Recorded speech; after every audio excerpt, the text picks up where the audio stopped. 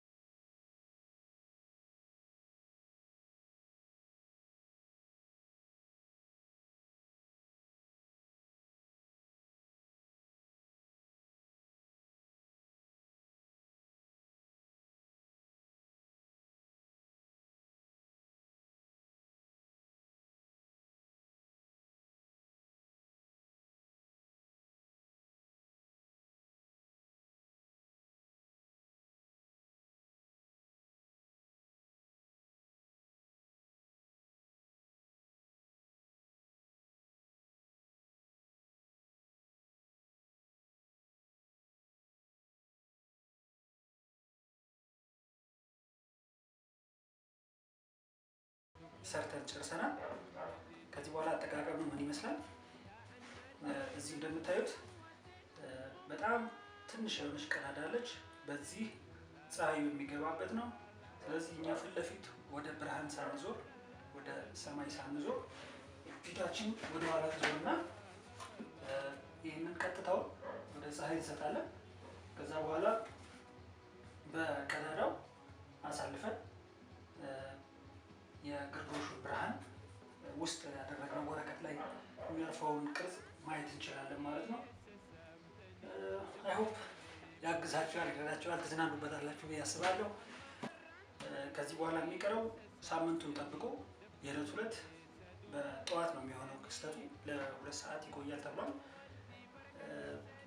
ሁላችንም ያው እንደምናውቀው ፊት ለፊት ፀሐይ ማየት ሬቲናችን ይጎዳል ተብሏል። ስለዚህ በፍጹም ፊት ለፊት በአይናችሁ ለማየት እንዳትሞክሩ፣ በሰንግላስ ማየት እንዳትሞክሩ። ሁላችሁም አሁን ቤታችሁ ነው የምትገኙት። ህፃናት፣ ልጆች፣ ወጣቶች፣ ተማሪዎች አላችሁ። እንደዚህ ነገሮችን ኤክሰርሳይዝ በማድረግ ራሳችሁን ማነቃቃት ትችላላችሁ። በጣም የሚያዝናና ነገር ነው ብዬ አስባለሁ። በትውልዳችን አንድ ጊዜ የሚከሰት ነገር ነው። ስለዚህ አሁን እንዳሳየዋችሁ አድርጋችሁ ብቻ ለማየት ሞክሩ። ከቻላችሁ በስልካችሁ ካሜራ ፎቶ አንስታችሁ ታች ኮሜንት ላይ ምን አይነት ፎቶዎች እንደያዛችሁ ታሳዩኝ፣ ደስ ይለናል። ከዚህ በተረፈ የውብ ሚዲያን ሰብስክራይብ በማድረግ ውብ ነገሮችን ለወደፊቱ አፕሎድ አደርግላችኋለሁ። አሪፍ ነገር ጠብቁ።